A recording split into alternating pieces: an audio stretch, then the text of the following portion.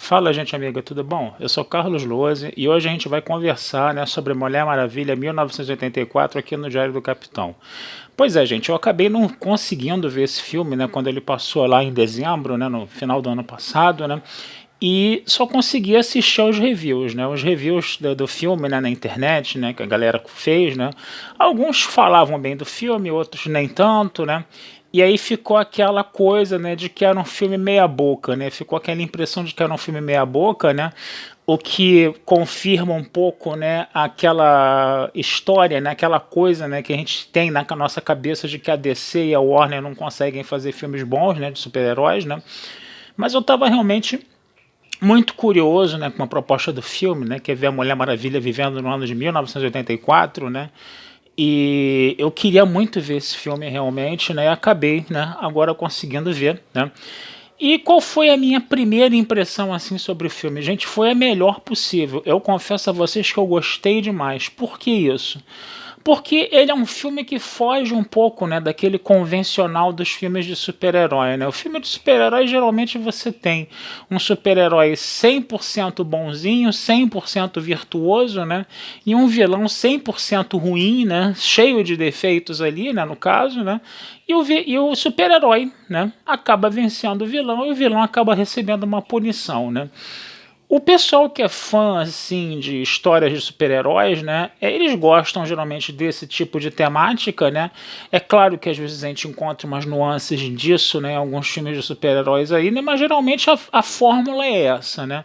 E é um público que está acostumado a esse tipo, eu acho, né, que é um público que está mais acostumado a esse tipo de fórmula, né? Um público bem exigente, porque tem até a questão de se comparar com os quadrinhos também, né? Mas eu acho que foi muito corajoso, entendeu? Você fazer um filme onde os personagens, entendeu? Eles não estavam nessa dicotomia bem e mal. Eles eram personagens mais complexos, mais complexificados. Eles eram personagens mais humanizados, né? O que foi muito interessante, né, da gente ver nesse filme aí, tá? Mas vamos falar um pouquinho do plot desse filme. A nossa Diana Prince, né, que é a Mulher Maravilha, ela está trabalhando, vamos dizer assim, numa espécie de instituto de pesquisa, onde ela é antropóloga, né? Ela tem uma amiga chamada Bárbara Minerva, né, que é, vamos dizer assim, uma outsider, né, meio que uma nerdona lá que ninguém dá ideia para ela, coitada. Todo mundo despreza a mulher, ninguém dá atenção para a mulher e ela tenta se enturmar com as pessoas e não consegue, é insegura demais, coisa e tal. E aí a Bárbara, ela recebe, né, a incumbência, né, de identificar, né, um artefato arqueológico que foi encontrado numa loja, entendeu? Que vendia joias, mas ela era fachada para vender artefatos arqueológicos roubados, né? E aí um desses artefatos, né, ele tinha a estranha propriedade de quê? De realizar os desejos das pessoas, né? Mas ele sempre pedia, né, alguma coisa em troca, né? Alguma coisa em troca com relação a isso, né? E aí, né, o grande detalhe é que esse artefato arqueológico ele tinha sido feito, né, por uma espécie de divindade maligna que destruía toda a sociedade onde esse artefato passava, né, como foi o caso dos maias, né. Quem descobre isso acaba sendo, né, a Diana Prince, tá? Mas isso numa parte mais avançada do filme, né? E ela, no início do filme, ainda não sabendo disso, né? Ela segura o artefato e ela acaba desejando que o Steve Trevor, né, voltasse, o que acabou acontecendo. Mas em troca, o que aconteceu? Ela acabou ficando com seus poderes limitados, né? Já a nossa Bárbara Minerva, ela queria ser popular, né? E ela queria ser tão descolada quanto a nossa Diana Prince e queria também, né, ter o poder dela. Então ela acabou ficando com os poderes da Mulher Maravilha, mas ela deixou de ser uma pessoa mais humanizada e virou uma pessoa mais agressiva e violenta. Você tinha também um terceiro personagem, né, que era até interpretado pelo Pedro Pascal, né, que foi o Mandaloriano, né, chamado Max Lord, que era um empresário, né, do ramo petrolífero, né, que tinha comprado alguns terrenos com alguns poços de petróleo que estavam secando, né? E aí a empresa dele estava indo a pique, né? E quando ele descobre esse artefato, ele tem acesso a ele, né? O desejo dele é ele mesmo se tornar um artefato para ele depois pedir coisas em troca das pessoas, né? E aí, qual foi, vamos dizer, o preço que ele pagou nisso aí, né? Ele acabou ficando com a saúde dele abalada, comprometida, botava sangue pelo nariz, pelo ouvido, começou a ficar cheio de feridas no rosto, esse negócio todo, né? Então tá, então você tem esses três personagens, tá? E uma ideia principal, né? Porque para você acabar, né, com a malignidade desse artefato, você tinha que renunciar aos seus desejos, né? O grande vilão do filme, na verdade, aí é o que? É a divindade maligna, né? Que você não tem como alcançar, né? E essa divindade maligna ela só vai ser derrotada, né?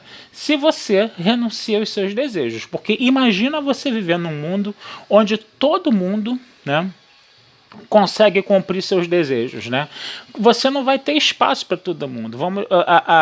O desejo de uma pessoa pode entrar em choque com o desejo de outra. E aí você tem um caos completo, né? É como se falava, né? É como se falava antigamente, né? Você vive numa sociedade liberal, você vive numa sociedade onde você tem a sua liberdade, mas sua liberdade ela não pode ir além de um determinado limite, que é o quê? Que é a liberdade de uma outra pessoa. Se todo mundo tem seus desejos cumpridos, o que acontece, né? Essas liberdades, esses desejos, eles acabam entrando em choque, né? E provocam, né, o colapso da sociedade, né? Então, a ideia principal do filme, né, o que foi o grande barato aí é o seguinte: a gente nem sempre, né, pode realizar os nossos desejos, né, na nossa vida, no mundo que a gente vive, né? E a gente não deve, entendeu? Deixar que essa frustração de você não ter todos os seus desejos realizados, entendeu? Se abata sobre você. Você tem que aprender a conviver com o mundo à tua volta, né? Dentro dos limites que ele impõe a você, né? Porque a gente tem as nossas liberdades no mundo que a gente vive, mas a gente tem nossos limites também. E aí você tem que saber conviver bem com isso, né? Com essas liberdades e com esses limites, não se encucar com essa frustração dos desejos não realizados, né? E saber viver com as pessoas à tua volta, entendeu? O que é muito importante. E detalhe, né? A gente vê também, né, como as pessoas, né, ali, como aqueles três personagens, eles eram altamente humanizados, né? Eles poderiam ter seus defeitos, mas também poderiam ter suas virtudes, né? O Max, ele queria cada vez mais poder para ele, né? Mas ao mesmo tempo, né, e não queria, né, perder esse poder, né? Mas ao mesmo tempo, né, ele teve uma infância muito sofrida, né? Então a gente vê isso no final do filme, né? O mesmo acontece com a nossa Bárbara Minerva, né, que vira Chita, inclusive, né, que é aquela mulher vestida de oncinha que tinha no desenho dos Super Amigos antigamente, né? E aí a nossa Mulher Maravilha também, ela também tinha um desejo dela, entendeu? Que era ficar com o Steve Trevor, né? E aí o que acontece? Ela também não queria se desfazer do desejo dela. Então você tem três personagens aí, tanto a um suposto bem quanto a um suposto mal, onde eles tinham os desejos deles, eles não queriam renunciar aos desejos deles, né? É muito interessante perceber isso. É claro que a Diana, por ser heroína, vai ser a primeira a renunciar ao seu desejo, né, no caso, e,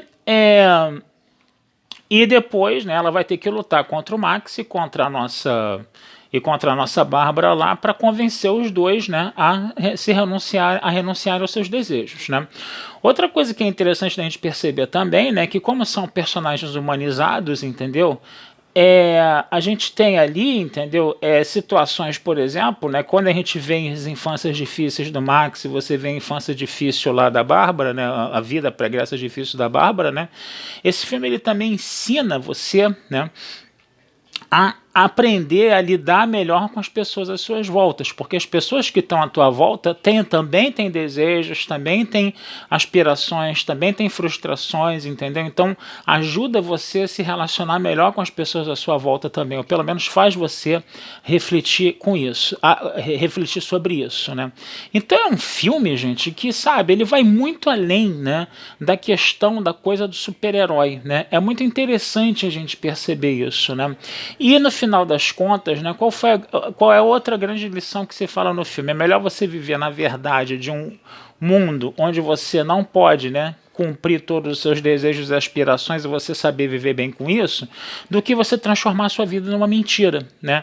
Como foi o caso, né, do Max, e como foi o caso da Max, como foi o caso da Diana e como foi o caso da Bárbara. Né? Que eles estavam ali curtindo o desejo deles lá, né? Mas aquilo não era uma realidade, né? E aí é interessante ver como isso é falado no final do filme pela Diana Prince, quando ela segura, né, o pé do Max lá com o laço da verdade, de como isso se conecta, né, com o início do filme, quando você vê a Diana quando era criança, né, trapaceando numa competição, né, e sendo desclassificada, vamos dizer assim, né, por causa disso, né, e a mãe falando, você trapaceou, você trabalhou a questão da mentira, e o mais importante é a verdade. Então você vê como, né, esse filme ele também resgata, né, a questão da verdade de uma vida que você vai viver com as suas limitações, né, mas que você tem que aprender a viver com essas limitações que a vida te impõe, né, ao invés de uma falsa vida, de uma vida mentirosa, onde você pode tudo, entendeu? Então, quer dizer, isso para um filme de super-herói, gente, essas reflexões para um filme de super-herói, elas são bem profundas, entendeu? Elas não estão só ali na coisa do filme de super-herói, do mocinho derrotando o bandido e punindo o bandido, do tiro, da porrada e da bomba, entendeu? Então, eu acho que esse filme, sabe, ele realmente, né, ele foi bem além, né, no caso, né? E no final, né, a gente ainda tem uma presença, né, da Diana Prince, da Mulher Maravilha mesmo, né, da Linda Carter, né, fazendo uma participação especial no filme, e como essa mulher tá bonita, né? Como essa mulher tá bonita até hoje, né? É claro que pode ter rolado uma plásticazinha aqui ou ali, coisa e tal, né? Mas ela ainda tá muito bonita ainda, parece que, sabe, parece que você viu... Parece que a gente viu esse Mulher Maravilha que passava na televisão há 40, mais de 40 anos, né, na televisão, depois da novela das 8, entendeu, na Globo, né, e cuja ilha era a Ilha do Paraíso, tá, não tem nada de Temícera não, tá, gente, era a Ilha do Paraíso, tá, por quê? Porque a Ilha do Paraíso é uma ilha que só tem mulher muito bonita. Quem viu o piloto da Mulher Maravilha, do episódio piloto da Mulher Maravilha da Linda Carter na televisão, na Globo, lá em 1970, e lá vai pedrada, entendeu? Chama aquela ilha de Ilha do Paraíso, tá certo? E fechamos aí, tá? Quem é old school, né, como falam, né, hoje em dia, né? Então é isso, gente. Vou ficando por aqui, tá? Desejando vida longa e próspera, tá? Esse texto tá lá na Batata Espacial, tá?